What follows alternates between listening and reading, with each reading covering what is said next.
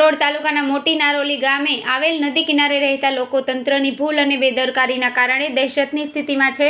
કીમ નદીમાં ફરીથી પૂર આવવા પર નદી કિનારે આવેલા ઘરોને નદીમાં વહી જવાનો ભય ગ્રામજનોને સતાવી રહ્યો છે.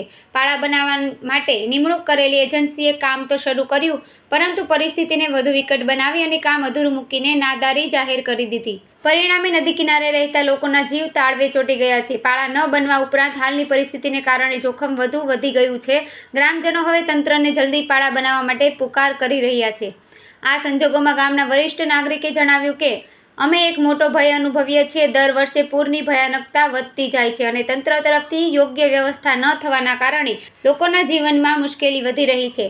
કઈ રીતે તંત્ર અને એજન્સી ગામજનોને સુરક્ષિત રાખવા માટે પગલાં ભરી શકે તે અંગે ચર્ચા કરવામાં આવી છે.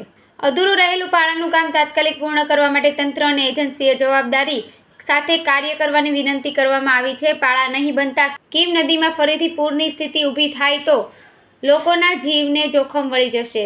તમે જોઈ રહ્યા છો કીમ નદીનો પારો. હું કેમેરામેનને કહીશ કે કીમ નદીનો પારો બતાવે. 32 ઘર જે છે એ કીમ નદીના બિલકુલ પારાની સાથે છે અને પાણી જે રીતે આવે છે તો વારંવાર દોડતું હોય છે અને એજન્સીઓના પાપે આ બધું થઈ રહ્યું છે. કારણ કે અગાઉ પણ જે 4 કરોડ 20 લાખ રૂપિયાનું કામ મંજૂર થયું હતું પારાનું કામ એજન્સીના પાપે અહીંયા બંધ થયું છે અને વારંવાર ધોવાણ થતું હોય છે. અહીંયાના ડેપ્યુટી સરપંચ દાદુભાઈ પણ અહીંયા મોજૂદ છે.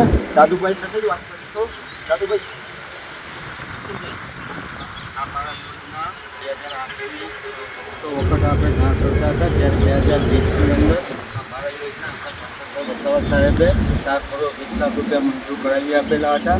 એક એજન્સી સુરતની એજન્સીને કામ આપવામાં આવેલું. 2021ની અંદર આ કામ ચાલુ કરવામાં આવેલું હતું, પણ 2022ની અંદર આ એજન્સીએ નાદારી જાહેર કરી દીધેલી હતી અને ત્યાર પછી આ એજન્સીને બ્લેકલિસ્ટમાં કરી દેવામાં આવેલી હતી.